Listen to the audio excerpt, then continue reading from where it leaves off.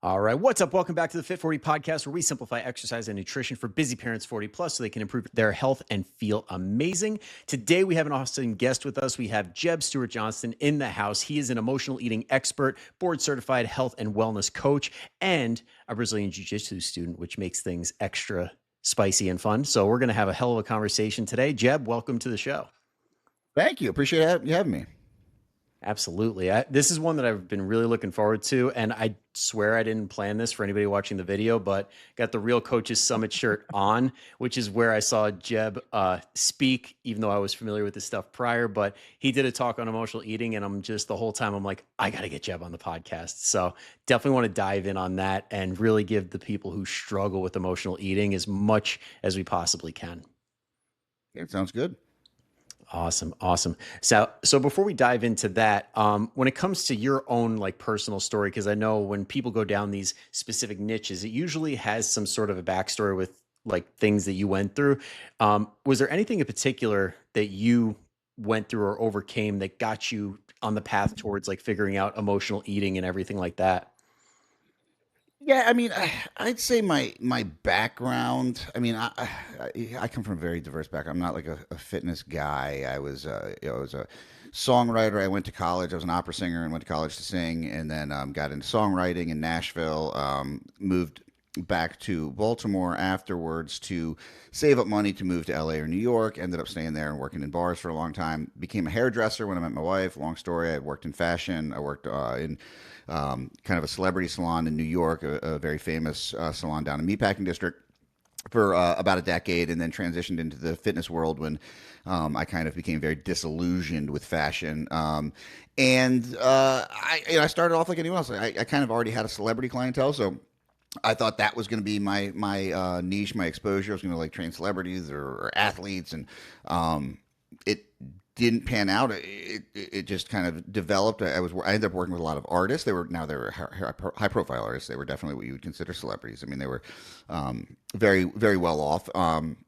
Had a private studio in Brooklyn, and I had always done some nutrition stuff. It was always something interesting to me. And then I had a podcast, and I had a guy by the name of Mike Dola on, and his CFO, who was a guy by the name of Michael Alessi, and we just hit. Then we went to a Rangers game afterwards, and we just really hit it off. And I loved these guys. I thought they were awesome.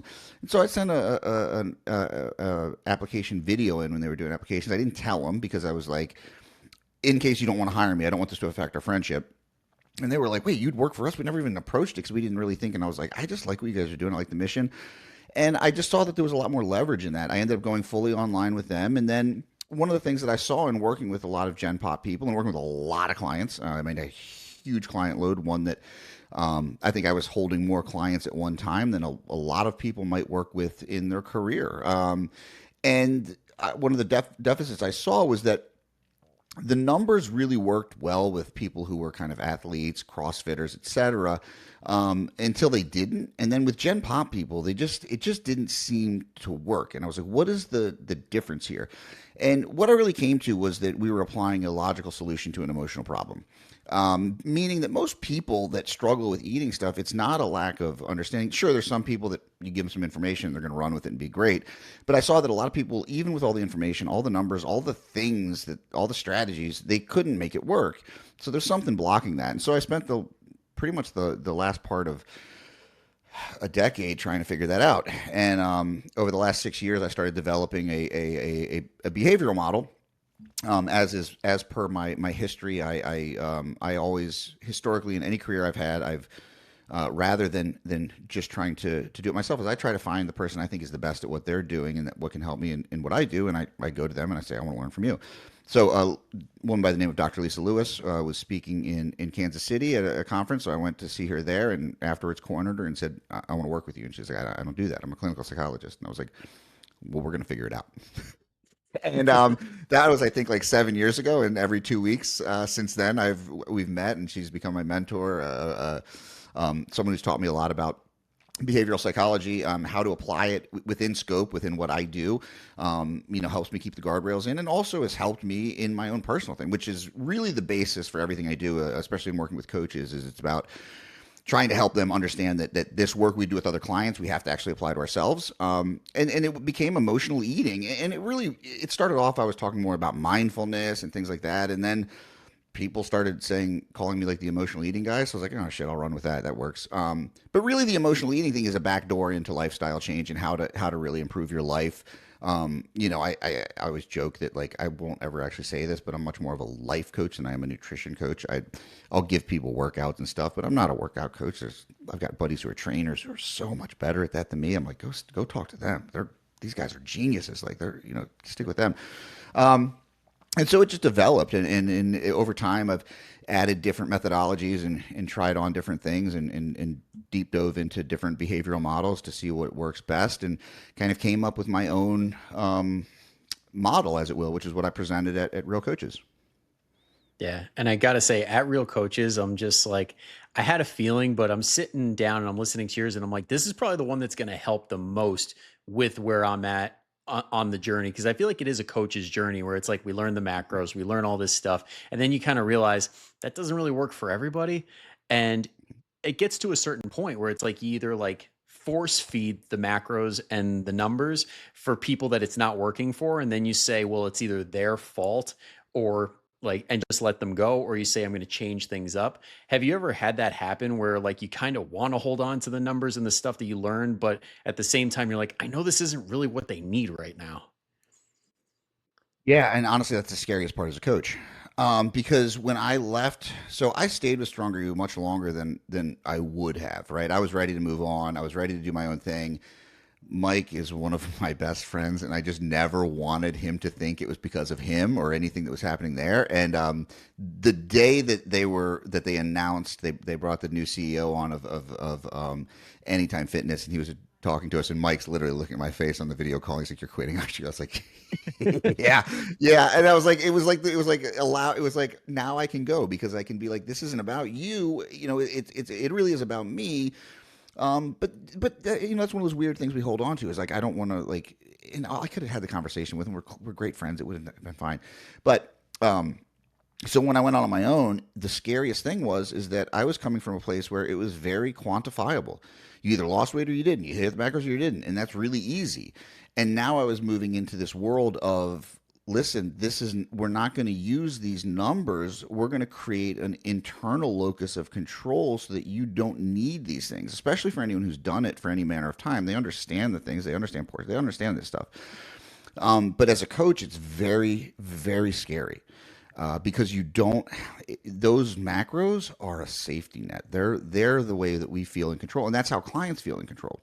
The irony being is that they're not in control because they're ceding their control to an external source rather than creating a management system within themselves. And so that was always a struggle. And I use macros with some clients. I use calories with some clients, not with many of them. But my methodology is I kind of reverse engineered the idea of nutrition and went, well, if everyone's doing really well in the weight loss phase and using macros or any of these tools, but then they can't do the maintenance, then clearly the issue isn't in this process, it's in the other one. Can we create a sense of safety around what we would call maintenance or creating a better environment for where we can operate on our own?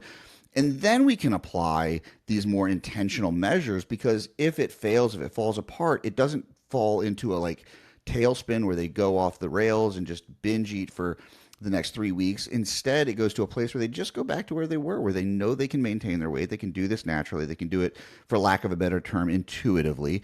And they don't have to rely on an external sense of control in order to feel in control of their own lives.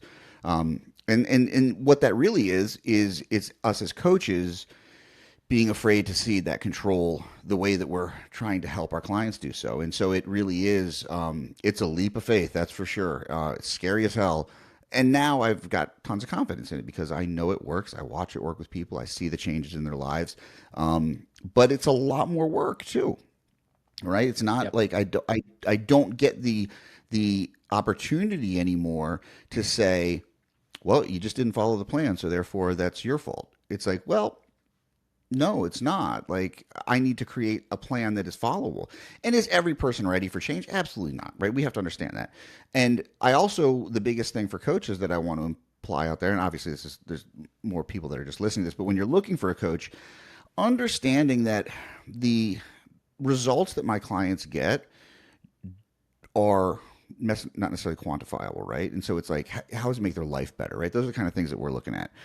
But the results that someone gets from just like weight loss, like that's not a reflection on me as a coach because, like, yes, do I want to employ things that help people to do this? Yeah, but if we're just doing macros, it's kind of just like throwing darts and hoping something hits the bullseye. Because for some people, I mean, the people I had that are like the biggest success stories, like, I didn't do shit. Like I literally was like, here's some macros, and then a year later they're 100 pounds down, and I'm like, yeah, I mean that was not great coaching. That was someone who was just ready, willing, and like they had the drive for it. Yeah. That's I'm one so in a glad you million. said that. I am so glad you said that because there's so many coaches that will latch onto those clients and be like, look, you can expect this. And I've had a handful of those too, where you're just like, Yeah, I literally did nothing. yeah. All I did was make sure that they do the basic stuff and don't fall off because they're not doing a dumb plan. Those like those are the people you're like, man, that person's a machine. Like you're watching them, you're like, I couldn't do this. You're Yeah, like, there's nothing more this is my humbling as a entire life and coach. career. Yeah, Nothing more it's humbling as a great coach though. to be like, wow, you're blowing me out of the water. Yeah, for sure. But yeah, and I think that is one of the issues with social media in general and kind of the coaching industry and how it is that yeah, I think in my talk one of the things I said is like there's plenty of coaches out there who are glad to stand on the mountaintop and plant the flag with you and show everyone in the world that you're at the top of the mountain. But where are they when you fell off?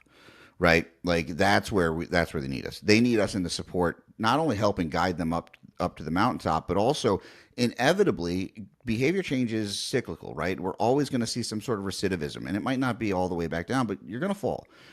That's where the coach really comes in is like how can you support that person when they're struggling, not just when they're on top. And all we see is the transfer. And again, I think we're seeing a shift because I think people are starting to become aware of the fact that half these things are photoshopped. Like, I mean, there's just like there's a lot of obfuscation in the fitness world, and so they're starting to see that. But again, like you said, it's like we see coaches who will hang on to that, and and I'm not condemning that. Like again, I don't use transformation pictures because that does not fit my values and doesn't fit my clientele, and it doesn't fit with what I'm trying to implore them to understand is the real goal of this, right? Like getting abs is awesome.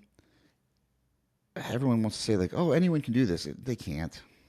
They can't. I mean, I've done. I mean, I have visible abs, but when I got like shredded, I am genetically pretty, well off in terms of exercise. I mean, I was 143 pounds in my 30s. Decided to start working out and put on 70 pounds of muscle over the next few years. Like, it's like it's not super hard for me. And so with a little bit of dedicated effort, yeah, I can get pretty lean. Other people, I watch their lifestyle, just the way their lives are set up genetically, whether it be emotionally, whatever it is, getting to that point that we see the 0.001% on Instagram that are the influencers, I think we need to set a little more realistic expectations. Get into shape, get into better shape, be your best version of yourself, but don't expect that that's going to look like. And it's like I've had conversations with people, like I have a decent amount of clients on GLP-1s where they think like, oh, I'm going to take this and I'm going to have the body I want when I lose 30 pounds. And it's like, yeah, if you work your ass off, you're in the gym 3 times a week lifting, you're eating mostly protein. I was like, just thinking you're going to stop eating is you're going to lose 30, 40 pounds. It's not going to look the way you want it to look. Like what you think is going to be at the end of this is not going to be. So we need to be realistic. And yeah, you'll lose weight, but it's not going to be like, oh, now I look like a supermodel. It's like, no, now you lost 20 pounds of muscle and 20 pounds of fat. Is that what you really want? I don't know. It's like that human fallacy of like if I do all the stuff that they're doing, I'm going to look like them. But it never actually goes that way. I think so many more people would be better off if they come in with like some level of like productive curiosity. Like I'll put in the work, but let's see what happens. Yeah, I mean, curiosity is my word that I come back to all the time. My clients at this point now, they all even just like, yeah, like if I'm coming out with curiosity, because that was a big journey for me personally. Again, one of the things I said in my talk is like we want to come at things with curiosity rather than judgment. I personally am an extraordinarily judgmental person. Like that is my default. Like I go into things being like, this is gonna suck. I'm gonna like I just that's I kind of have a negativity bias. I mean, I spent a long part of my life in New York. Like, I'm much more I think Larry it's that David. area. I really think it's that Yeah. area because I'm very much the same way where I got to check my judgment and be like, how can I put a positive spin on this? Yeah, it's just like like during COVID, I was joking. My wife and I had her start watching Curb Your Enthusiasm. She's like, "This show's hilarious, but also it's not because I live this every day with you." And I'm like, "Yeah," but I took not this past year, but the year prior was it was very hard year for me. Like it was a lot of personal development, a lot of like business change, trying things out that didn't work. I mean, it was tough. But I went in everything with curiosity. So my rule was like, I'm going to go to these conferences, I'm going to go to these things, and I'm going to go to them with an open mind. I'm just going to like go in and think everything. Like I'm just going to go in just curious. And yeah, the people that I went in thinking like this guy's probably a douchebag. I'll spend some time talking to him, and like, yeah, I'm 100% right on that. Like afterwards, I kept up with him. I'm like, yeah, this person is not someone I want to actually. But I had so much more fun at things that year than I did any year prior because I just didn't have any expectations of anything. And it's like, if we can approach everything in our lives like that, and I'm trying to. That's my like goal is like trying to constantly be more curious about everything. It just because naturally I'm very curious about learning. Like like I always talk like the reason I do what I do is because I'm fascinated by human behavior. Like when I worked at Stronger I was like, give me the hardest clients because that gets me going. Like having clients who are good who do exactly everything I tell them, that's not fun for me. Like I want the person who's struggling that like this is hard for. Um, because the intellectual curiosity is there. But sometimes relationally, it wasn't like that. So I have to be better, and it's work, and it's practice. And as you practice it, like everything, it does get easier, and you get better at it, and you start to go, oh, okay, and it becomes more natural. And it's everything we do is really what I consider skill acquisition. Like how do we get better at skills that we want that are going to improve our lives in whatever modality we're looking towards. Yeah, and I love that you brought that up because when it comes to skill acquisition, I think that's like one of our big things that a lot of well-meaning coaches and a lot of really good coaches hone in on. It's like they don't just expect you to know everything right off the bat. It's we need to do X, Y, and Z to get to the goal. So when it comes to emotional eating, for example, what are some big things that you find a lot of people need to work on that they don't necessarily have day one? Well, so I categorize my clients. We do a full personality assessment as they with their intake and talk about a lot of values and et cetera. And so I look at people kind of on a spectrum of logical towards emotional. And some people naturally, biologically, the biopsychosocial model is just like some people are going to be heavily emotional. Some people are going to be heavily logical. All of them deal with emotional eating. All of us deal with emotional eating. So, when I break this down, I say like emotions are just information. Emotions are how we make decisions. We don't make decisions on logic. We analyze decisions on logic, but the decision will always be made emotionally. And that's because biologically we're set up to be like, we don't have time to look at that saber-toothed tiger and think about, so those teeth are 4.4 inches long. That could puncture me to here. But if they were 6 inches long, then I would have definitely. So, no, you don't. You're like, that's got teeth. I got to run or I got to fight. That's it.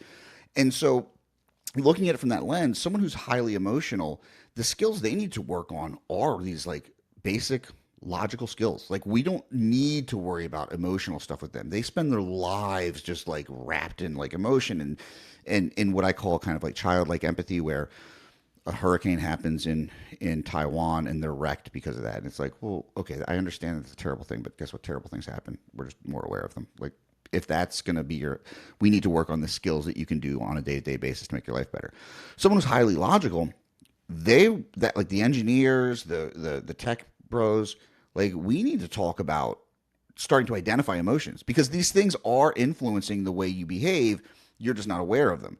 And so that's the first thing is to understand that when you're having these moments like, oh, I wasn't emotionally eating. I wasn't crying and eating ice cream. I was just bored. It's like, well, yes, let's identify the emotion that was driving that. And so I think awareness is always the first thing we need to look towards. And so I think like when you think about like red flags, right? Think about your state. For coaches, when I work with them, it's like listen for keywords, right?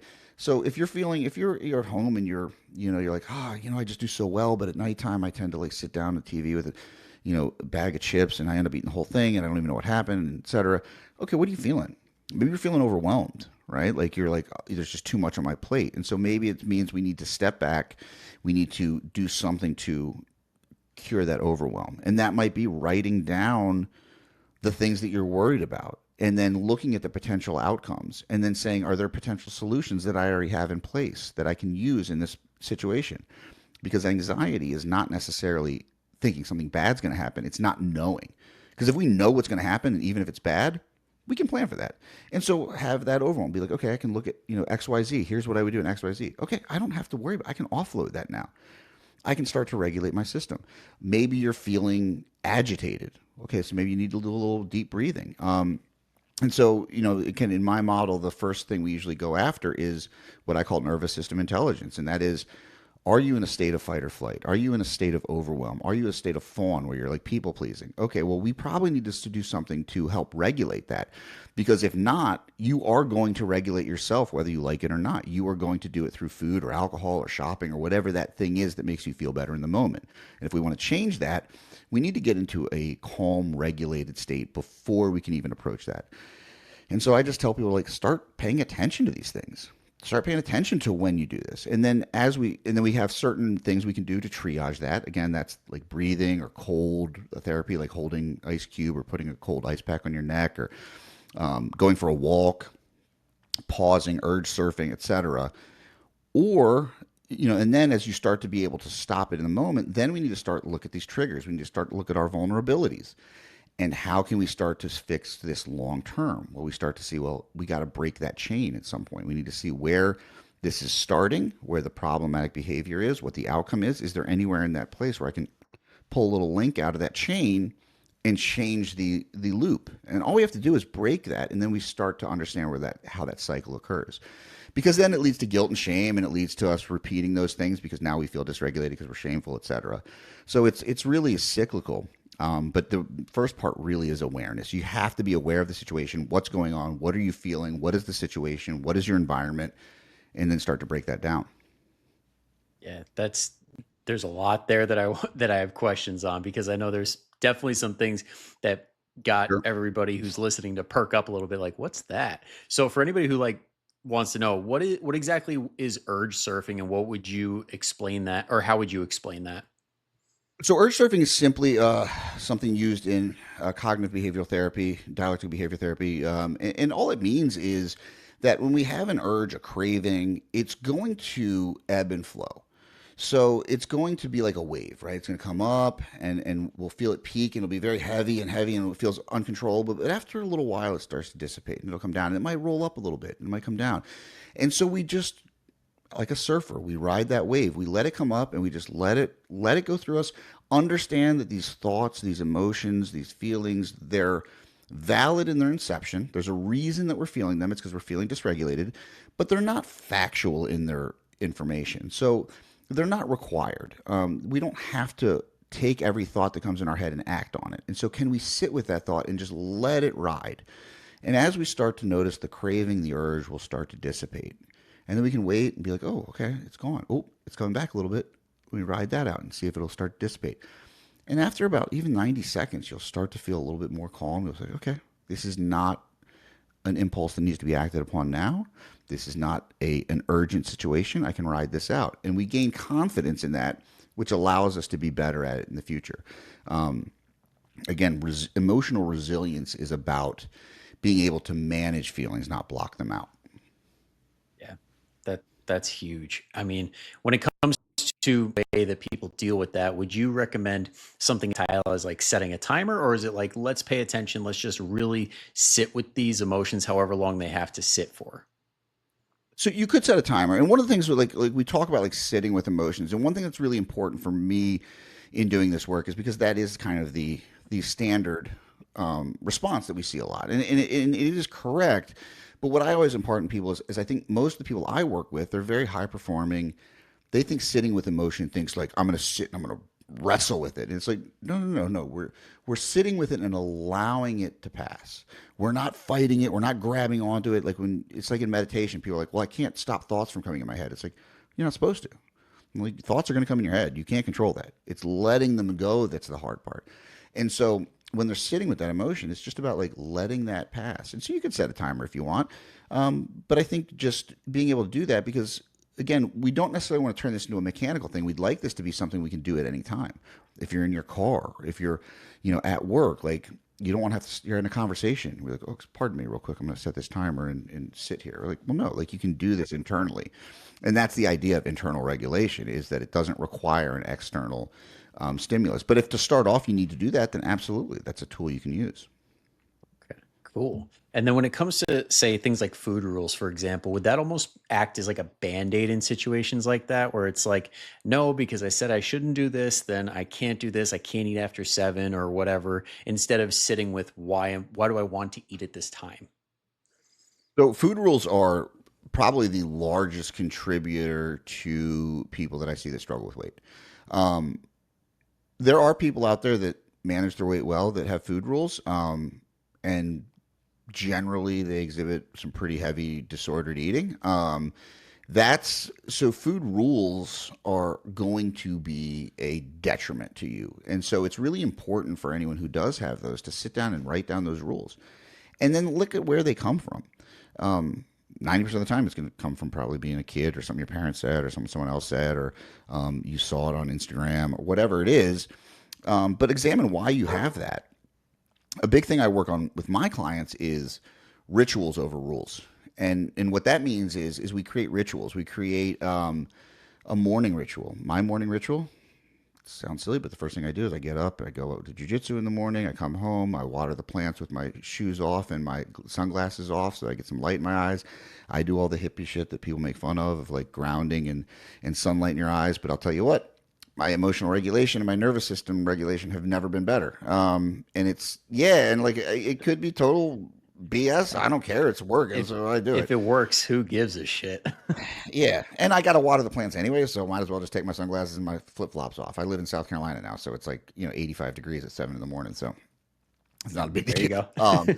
But yeah, so there's things that we can do ritualistically, and what I think of as rituals are patterns that I go through to create a system of structure that is not based on rules. So, like in the morning, it's not that I have to go to jujitsu, but I have to get some movement in, right? Like I want to get movement in the morning. Why? Because it just makes the rest of my day better. I don't like getting up at 5:15. I work from home. I can set my own schedule. There's no reason for me to get up at 5:15, except for I find when I go do jujitsu with my boys at 6 a.m., it fills so many cups for me. It's a social time. It's exercise. It's the hardest thing I'm going to do all day. It's humbling because getting the crap kicked out of you at 6 in the morning is just good for the soul, I think. But anything that you do in the morning, that's why, like, we kind of make fun of the morning routine stuff. But I think a lot of reason that people do that is it just creates a bit of a structure. It's a ritual. I have another one for before work. I have another one for after work, and I have another one for before bed. And some of these things are silly. One of the things I adopted lately was just folding my clothes up at night. I'm not a really organized person by nature, but like when I do that, it kind of sets my mind at ease at night, and I go to sleep better. So I think about the purpose behind these things, and your rules, your food rules. If you look at them, the purpose behind them is always I'll lose weight faster, or I'll lose weight because if I eat these things, I won't be able to manage. I can't control myself. So it takes away self-trust and puts it in some other place. And if we don't ever trust ourselves, we're never going to be able to manage our lives without an external set of controls. Um, not to be political, but I think it's why people do lean towards authoritarianism in a way. They're like, I need someone to tell me what to do because this world seems too chaotic the way it is. And if someone tells me exactly how we're supposed to act and exactly how everyone else is supposed to act, then at least I know the rules. Yeah, because it does seem that, I mean, don't want to get political in this podcast, but honestly, I'm not that against it. But I mean, I do think that's why people are so adamant about being left or right or whatever their political leanings are, Yeah, and because they're like, it's this not one gives way or me the my other. rules. 100%. Like, Yeah. And I'm not like condemning one party in particular, but like um, people want to feel like they fit and they have a mold. And again, like I've never like I joke because I'm like super progressive. I'm like half a commie. My friends are we mostly just like lost Trump or half the yeah, people. right. But here's the thing: most of my friends are like MAGA Trumpers. Like Yeah. it doesn't matter. Like and I catch flack from people on the left for being like, well, you can't like them. I'm like, no, I have never met a single person that is a Democrat or Republican. They're a human being who happens to like one or two things that one of these sides says and then just throws their entire lot in there. And then they're like, this is now my identity. And it's like, you can make your own identity. Like, the only reason I say that I'm progressive and liberal is because my friends love to make fun of me for, I mean, like, I catch so much grief and it's funny. Like, I think it's hilarious. And I probably play it up a little more just because it gives them something to rag on me about. But it really is. It's like anything you do. Like, it's the same thing in food. Like, why does someone associate with being a carnivore? Like, okay, dude, you can just eat meat and not tell everyone about it. Like, but you think that this has changed your life and that this is, if everyone else lives like this, the world will be a better place. It's like, no, it won't. We'll have a new set of problems. One of my best friends in the world, Dean Guido, we were coming back from, uh, were we coming back from maybe Dallas, and we were in the airport having lunch, and he said, "What if we were super successful as an industry and we finally solved all of the problems with weight? Our financial and healthcare system could never support it. Everyone would live too long and we'd collapse." And I'm like, you're right. Every problem causes, or every solution causes a new set of problems. So to think that we're going to solve everything is ridiculous. Yeah. We just want to help individually. Hopefully, we can affect people's lives in a little better way. Yeah. And I think I was just listening to, I want to say it was Mind Pump when they had Mike Israetel on, and it was a similar conversation where it's like, all right, let's say we solve all these problems. We're going to be miserable. There's like nothing to really chase or go That's after. It's like, true. what are we left with? Yeah, and Mike makes a really good point because he's really bullish on kind of gene therapy, and how at some point working out, like being jacked, is not going to be any kind of social status. Well, what are these people whose entire identities are wrapped up in being jacked?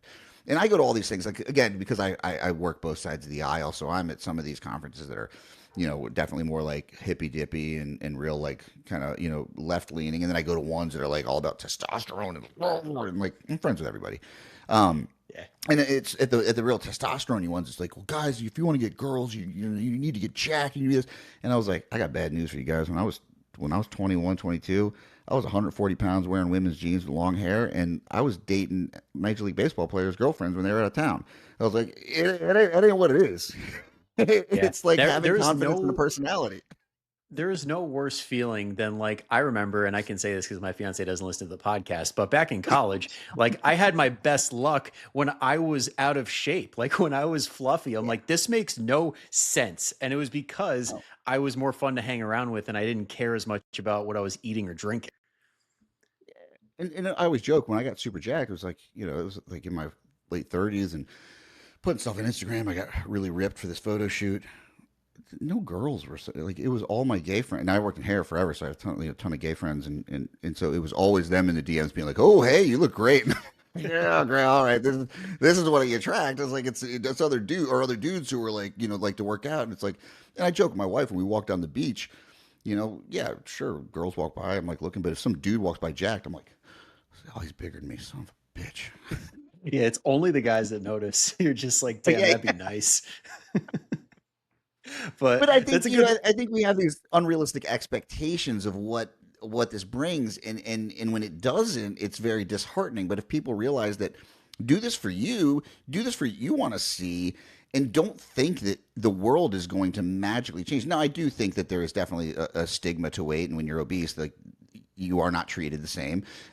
Is that fair? Is that right? No. Is it something that is realistic? Yes. And so I think there's a big problem that we have on kind of what I would consider my side of fitness, more of that kind of, is that we say like the world should change for everyone else. It's like, well, that's a pretty sentiment, but it's not realistic. And so people are going to want to change, and there's a big backlash against intentional weight loss when it's like this is not up to us to decide what our clients want. If our clients want to lose weight, then it is our job to help them in that goal. Can we help them do it in a safe and sustainable manner? That is where our responsibility lies. We are not dictators, we are guides. yep, absolutely. And heard you bring up a point that I definitely want to go a little bit deeper on, which is like the world won't necessarily change for us. And I think a lot of people have to stop like pointing fingers and saying, this needs to change, that needs to change. Where it's like, what if you work on yourself to be so resilient that those things are no longer issues? Yeah. Yeah, you know, it's funny because actually I was just talking to Aram yesterday, and we were having this conversation. And it's kind of this idea that, yes, do systemic issues play into all of this? 100%.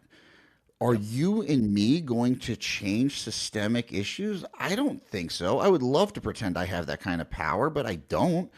But I can change one person's life. And like you said, if I can make them more emotionally resilient to be like, you know what? The opinions of other people don't matter to me. I accept where I am. I'm trying to get better, and that's it. Like that, literally, it's like there's a quote from Marshall Linehan, dialectical behavior theory, where we're all doing the best we can, and we can do better. And that and is the big thing. Is so many people put but in there. It's like no, it's and you like even if our best right now is not the best that we've ever been, the best we can be, it's nobody is sitting there going like I'm trying to fuck my life up right now, right? Like even when they are fucking their lives up, like me and my history of alcoholism. I don't know if I put that into the preamble, but I started drinking when I was very young. Been to multiple rehabs, jail a bunch of times. Like, I was drinking very heavily, and of course there was drugs in there as well. But for me, I wasn't trying to screw my life up. I was trying to feel better. And that was the only way I knew how. I'm super shy. So like I started drinking because it helped me talk to girls, and then it turned on me. And I just didn't know what to do after that until finally I, was able to get sober and quit drinking and not drinking was not necessarily better right away. It was hard as shit. Right. But after time, it did get better. Now, I don't even, I don't even think about alcohol. Like it's not even a consideration in my life. But it wasn't an easy shift, and I wasn't trying to screw my life up. So I think we have to recognize that where we're at in life, we are trying our best, and we can do better. That's it, and we'll just keep Yep. doing that. And that's really all life is. Like, there's no finish line. I mean, there's a finish line, but it isn't like you get to the end and they're like, "Congratulations, here's your gold star. You got it all right." No, it's like, here's the end. So figure it out. Yeah. That gold star comes with more issues, right? Yeah, yeah. You're Once dead. once you figure something out. Yeah. But it's so true because at the end of the day, we just have all these factors going on, and these are our rules of life that we need to either let crush us or we work around it and figure out how to make the best of the situation. I know my fiance is a critical care pulmonologist, and she had a guy Oh dying shit. of lung cancer who started at smoking at 6 years old. Can you say that Yeah, that person 6. knew six? And can you say honestly that that person knew that, oh, this is going to have all these horrible consequences and I want to be a smoker for the rest of my life? No, No. but that's the hand they were dealt. So it's like you got to figure out what to do in the situation you're in. Yeah, and I think it's really you work with people 40 and above, and I do mostly. I think there's maybe a few people that are under 40, but like for most of the part, I'm 47, so you kind of attract people that are close to your age, and people are professionals, right? And so like we're not like you can look at them and be like, you clearly have your shit together. Like this is not like a self discipline issue. It's not a willpower issue. We always try to turn it into that. But if someone is able to be hyper successful in their career, their family life is great, they've got great friends and all these things, but they struggle with their weight, it's something else, right? It's not a discipline problem. And we look at, my friend Kyle Dobbs had a great post on Instagram where he was like, how you do one thing is how you do everything. He's like, what a load of bullshit. And this guy's super successful in the fitness industry. He's awesome. He's one of the smartest guys I've ever met. And he just said, he's like, right now I'm opening a gym. So I have to prioritize that. And that doesn't mean my family comes second, but like right now I'm not spending as much time with my kids because I have to be here building this thing out. Now, once things are up and running, I'll go back to prioritizing, what those things look like. But, even workouts, like for me, I do a lot of jujitsu and I'm coaching jujitsu and I'm doing Muay Thai. Lifting is not what it once was. I mean, I've lost a bunch of weight, which some of it's been muscle for sure. But I'm way better of an athlete now. I was thinking about the other day. I was like, body composition wise, my body composition is probably like the worst it's been in like 5 or 6 years. But I am by far even older with asthma. I broke my leg a couple years ago. I've got two torn labrum. I'm still a much better athlete right now than I was 5 years ago. So we have to Yeah. prioritize things, and priority is one. Like we don't get to like say, "I'm going to prioritize 18 things." And so I think like understanding that in phases of your life, it's just like, hey, like if you're prioritizing your career, you're prioritizing your family, that's where this thing slipped. And so, do you have time? Do you have space? Do you have bandwidth to start prioritizing this thing a little bit? Can we start to bring this to the forefront? Understand that something else might have to take a back seat for a little bit, not forever, just for a little bit. Can we do that? And I think that that's something that, because we're told, there's this narrative, and especially when we see it with fitness influencer stuff, is like, oh, you can have it all. You can have it all, but you can't have it all right now. Yeah, and I think another thing too to add on to that is like the fact that yeah, once you reprioritize, it's awesome. And another thing you can do too is focus on the transition of skills. It's like clearly you were able to accomplish these things. Why not take what you're good at and apply it to this thing you're not good at? Because one of the most interesting topics I think that came up during your talk was like when people lean into their strengths and then when they do things that they're not good at, then it's like they don't know how to handle it. So how would you explain that to somebody who's not like really familiar with that concept of like, oh, this new thing, me being a beginner, I can't do that. So I always use all or nothing thinking as this thing. Because we all in the fitness industry, we always talk, you got to stop all or nothing thinking. It's so bad. It's not. The people who are all or nothing thinkers are super successful. Why? Because they realize early on that if I invest a lot of time in something I'm not good at, I'm going to be spending a lot of bandwidth to just be shitty at this thing when I could spend time on things I'm good at and see myself succeed and excel and do all these things. So if you're academically super gifted but physically not gifted, and you spent all of middle school and high school getting straight A's and getting a perfect score on your SAT, and then went to college and then became a lawyer and all these things, yeah, you learned that if you prioritize and spend time on those things, you will see success. And you've been taught that if you spend time on things that are you're less gifted at, you're just not going to be that great at them, but you'll have spent a lot of time on them. So why would you invest time in something you're not good at? And they want this other thing, but they're not good at it. And they're like, I don't even know how to start on that. And so, we talk about white belt mentality or beginner's mind. It's like once you get to a point of success, like most of these people can do their jobs, probably in their sleep. They're so good at them. They're so, they excel so much. And so finding the joy in sucking at something is great. And that's why jujitsu, I always talk about it all the time, but it's not about like wrestling people or you're, wearing pajamas or whatever. It's really about learning to suck, because it's one of those things where like I'll have a day, I'll be like, man, I'm doing good. I'm really killing it. And then the next day I'm like, I am terrible at this. Why am I doing this? Why am I putting so much time in this? But I'm actually investing in sucking. Like it's so good for you to do on a daily basis. And that's the beauty of anything that's new. And if you start to enjoy that, you end up taking on more new things because you're like, oh, this is enjoyable.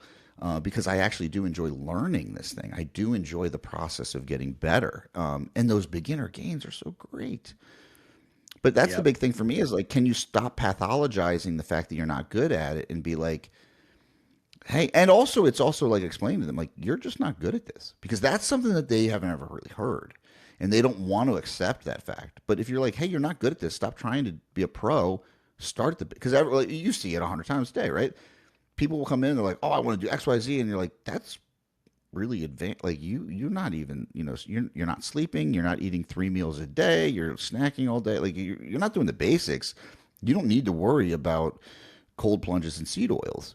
Like those things, I think they have their place, right? Like, I mean, I don't know about the seed oil thing, but like cold plunges, I definitely think have their place in terms of nervous system regulation.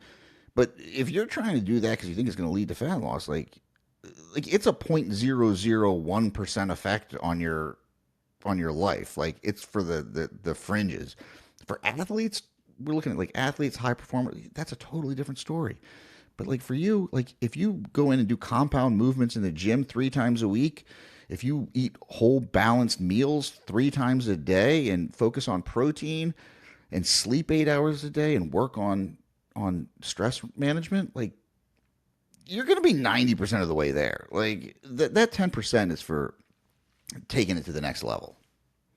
Yep, exactly. And I know at least all the golfers listening to this right now totally get it because you know you roll up one day you feel like Rory McIlroy and the next you're like what the hell, like I get the grass let alone the ball. I And I mean, really there's think it so comes I talk about that white belt mentality. Golf, I mean, we lived on a golf course when I was a kid, so like I would go to, like I could go to driving ranges, and like I hated golf because I was so bad at it. It's just and it takes so long just to be even passable. It's like and shooting is the same way. Like you have to shoot all the time to be like pretty good at it.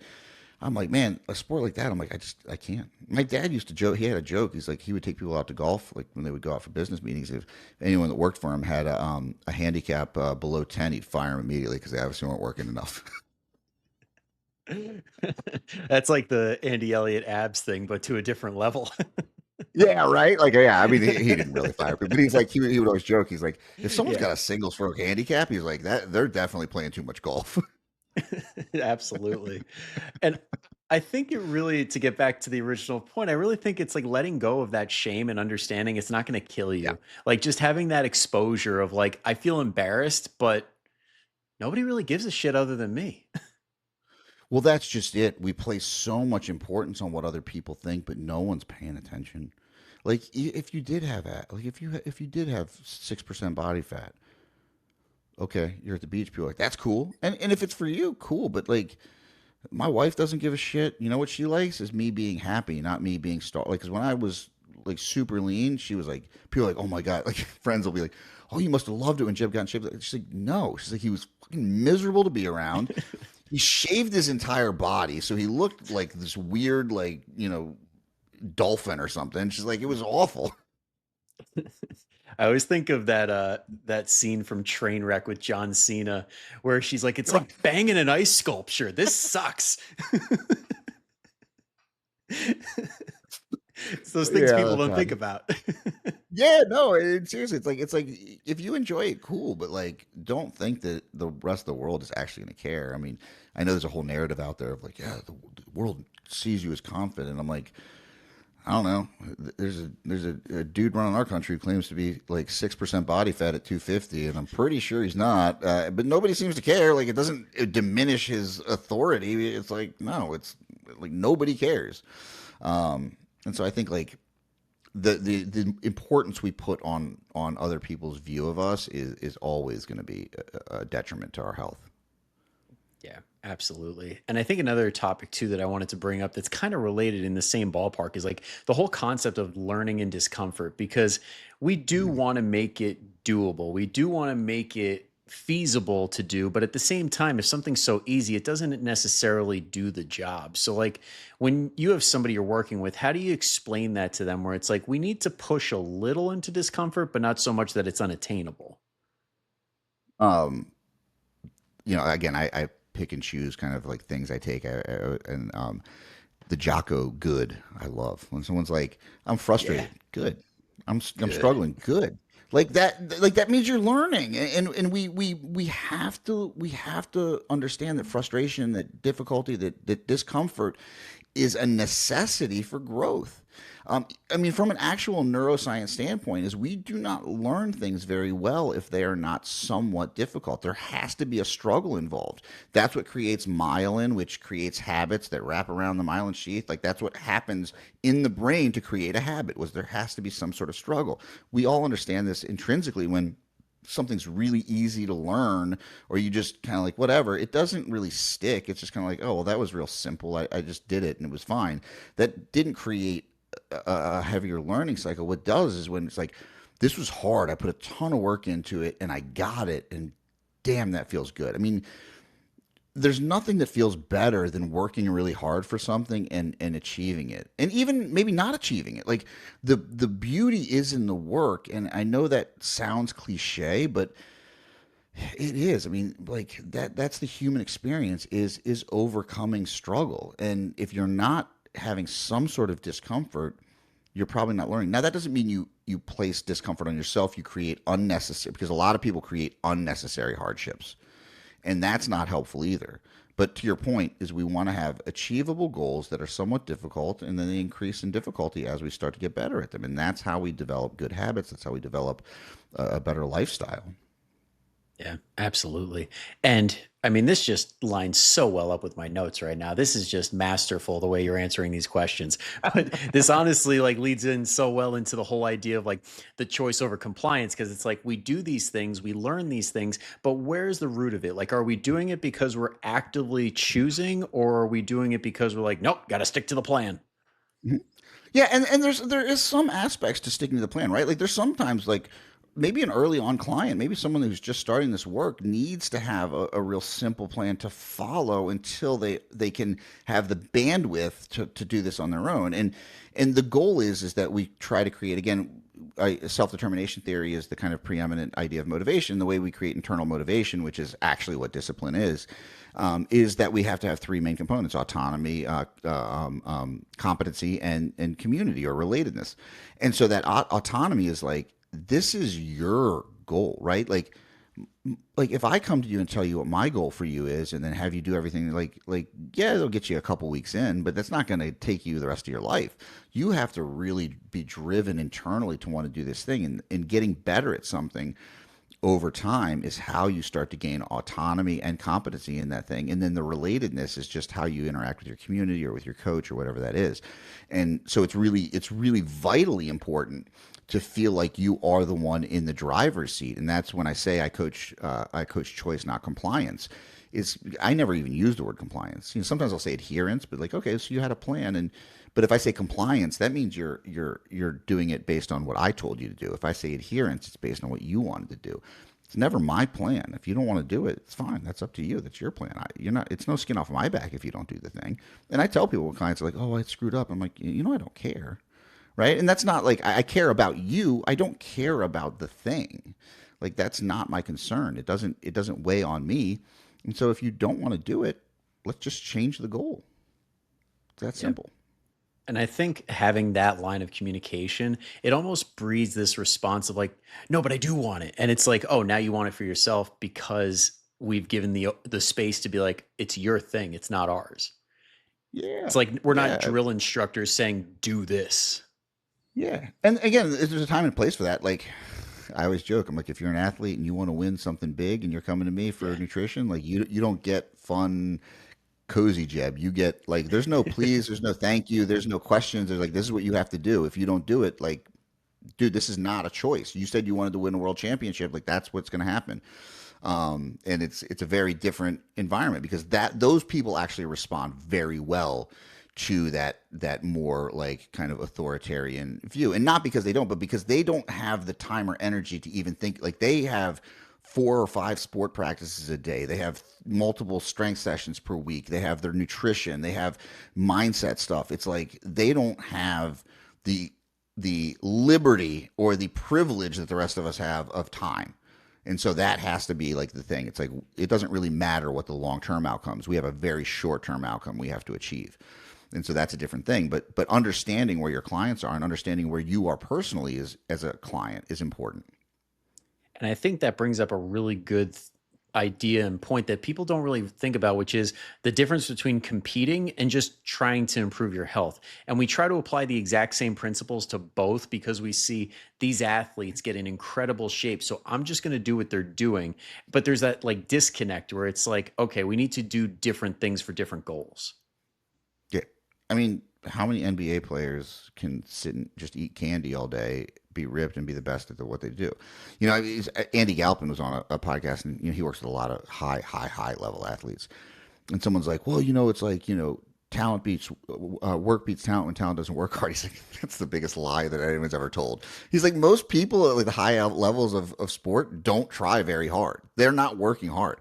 The top of the top, sure, you get the Kobe's, the Michael Jordans. That's when talent and work like hit, and that's the thing. But a lot of people are like, oh, I just do this because I'm good at it and it makes money. Like I don't even like it. I don't want to try that hard. And that's the thing is like, don't follow those people because they're good in spite of their training, in spite of their nutrition.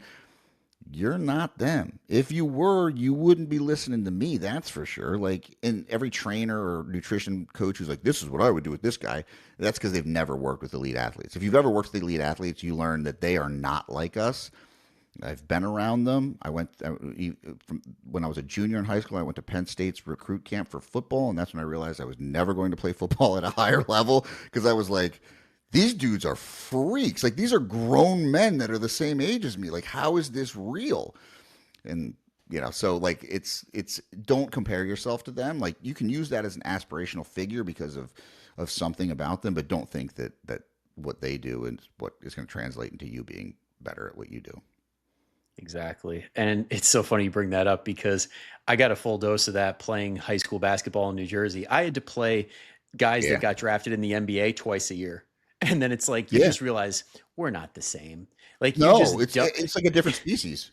yeah, you just dunked on me and slammed your nuts in my face twice. Like I'm down, I'm out. I'm out. I can't compete. Yeah. Yeah. It's like, and you see when you see a kid that's 16 doing that, and you're like, how is this even possible? And like the kids are like, oh, they go into the weight room and they're like, benching 365 when they're like 13, or power cleaning like 400 pounds or whatever these kids are doing now. It's mind blowing. You just reminded me of something. I had a guy on my football team who we had a program where the correctional school that was like down the road, if they behaved well enough, they could play football. One kid rolls up, first day, benches 315. And my coach is like, "Do you guys lift over there?" He's like, "No, it's my first time benching." You're like, "What?" I've been trying to get 3 plates for 4 years.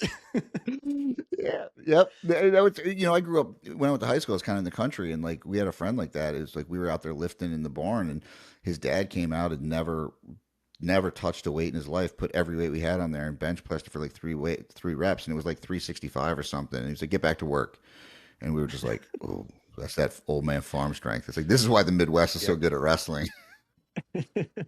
Hey, some people are just built different, but I do think that that needs to be hammered home when people have these grand expectations of having the results that other people have. Yeah. Yeah. And again, it's what it comes down to. Be your best version of yourself. Don't, use people for aspirational purposes of like, man, I really love that. Like, but understand it's like, even when I'm coaching in jujitsu, I'm like, you're 6'6", 170 pounds. That dude's 5'7", 220. Like, why do you think that his game is going to work for you? Like, that doesn't make any sense. Like, find someone who at least matches your, stature at least. Think about things like that. And it's the same thing in like nutrition. It's like I've got friends of mine who are like naturally just huge dudes. And so they're going to get super lean, and they're going to be my height in 220. I'm like, to me, getting to 215 required eating 6,000 calories a day. Like, it was brutal. And then like I just eat normally, and I'm down to like 185 pounds. Like, that's just eating a normal diet. Like, that's how I eat normally. So I'm eating 3,000, 3,500 calories a day or whatever, and I just lose weight. That's not the normal person. Like, I have friends who are bodybuilders who are outweighing me by like 30 pounds and probably eat 1,000 to 1,500 calories less than I do to maintain their weight. People are all over the place. And so it's important to be like, yeah, this is who I am. This is how I'm built. This is like, what can I be the best version of myself? Yeah. And what does that look like? And when you get to a point where you're like, cool, I'm pretty comfortable here. I'd like to get better. Then you turn the dial up a little bit, but not thinking that it's always going to be constant progress and you're going to reach some utopia. I think it's a fool's errand. Yep. Yep, for sure. And I think when it comes to like looking to other people, it could help to look at people with similar lifestyles to just see what allows them to do the basic stuff. It's like if you're a busy parent and you really can't do a full-on breakfast, maybe you train fasted in the morning and grab a shake, and that's one way that you can get the job done because your friend who's also got a couple of kids who wakes up super early does that and it works for them. Good, give it a try. Does it break a lot of the conventional rules? Maybe. But does it get the job done? Probably. Yeah. I know all the research. I train fasted. You know why? Because I don't want to wake up earlier than 5:15. Like, I'll drink a carb drink during my training, but like it's like does it make like, do I want to wake up early? No, I'm not waking up earlier. I'm not going to bed earlier. I'm not doing any of that just so I can eat and let my food digest for an hour before I go train. It's just not worth it to me. And so yeah, how big a difference is that really making for me? Probably none. Probably none. Like the 0.005% or whatever, like muscle gain or whatever that I'm losing. Fine. It's a Fine. giant game of what can I get away with and get the results I want. That's pretty much Yeah, it. and and that's it. It's the results you want and understanding what that looks like. Like I have no delusions right now in my life that I feel like getting down into like single digit body fat because it's just like I want to eat pizza on Fridays. I want to go hang out with friends on the weekends. I want to, you know, be I want to not be exhausted during jujitsu training. So I need to eat. But I Yep. could do that. Yeah, I could do that, but it's not worth the trade off. But most people don't understand that the trade off is there. Like there's always going to be a trade off. And I think everyone, again, because you're looking at people who spend their lives online who are just like making content all day, and you're like, oh, I can look like them. And it's like, I guess, but you're going to have to get rid of your family, get rid of your job, get rid of your, hobbies, and just do this one thing all the time. So, sure, try that. We'll see if it works. Yeah. Yeah. Yeah. I mean, I couldn't have said it better myself. And I know that there are a lot of people right now listening that are just kind of sitting with this same as I am right now, like, whew, taking that all in. There's a lot to digest in this episode for sure. And before we overload people, I think we'll just put a lid on it and let it marinate a little bit. Yeah. So before we head Brevity out, is not my strong suit. hey, me either. So it works out great. Everybody here is used to be sticking around for an hour, hour and a half. But before we head out, if somebody heard you and was like, "Wow, Jeb's awesome. I want to hear more of his stuff," because he does have incredible posts. People, I would definitely check him out. But where would you say they should go to see your best stuff? Instagram, Jeb Stewart Johnston. That's JebStuartJohnston. My website's foodonthemind.com. I also have a podcast called Food on the Mind Awaken Genius, which is all about just emotional eating. It's really just me kind of talking about certain topics. I try to keep them short, around a half hour. And then I have another podcast that's more about the fitness industry, I guess, with my buddy Mike Dola, and that's called The Macro and the Mindset. We try to do one every couple weeks, but he's very busy in retirement and pickleball, so it's hard for us to do those weekly. Tough to pin him down with It's all tough, that. tough, yeah. But I can tell you, people, I've been a listener since they started it, and it's awesome, and it's very much the same rhythm as this went. So it's a fun time. It's a nice, easy listen. But yeah, so if anybody listening right now, if at any point you heard something where you're like, "Wow, my friend or family member needs to hear this," maybe they emotionally eat, maybe they're stuck in that all or nothing mindset, go ahead and send it their way. They'll be thankful you did, and so will we. All right. So thank you for tuning in all the way through. I'll see you next time. But until then, go kick some ass. Later. Oh.